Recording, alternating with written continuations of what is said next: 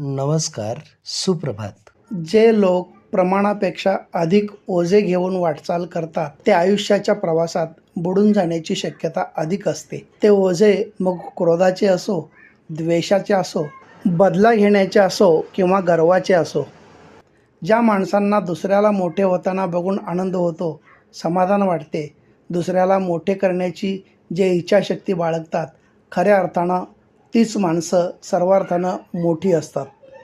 आपली बरोबरी कोणाशीही करणे योग्य नाही, कारण प्रत्येकाचा जीवनप्रवास हा वेगळा वेगळा असतो. भल्या आणि सज्जन माणसांमध्ये एक वाईट सवय असते.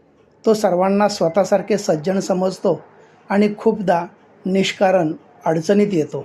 संघर्षामध्ये माणूस एकटा असतो आणि यश मिळाल्यानंतर संपूर्ण जग त्याच्यासोबत असते.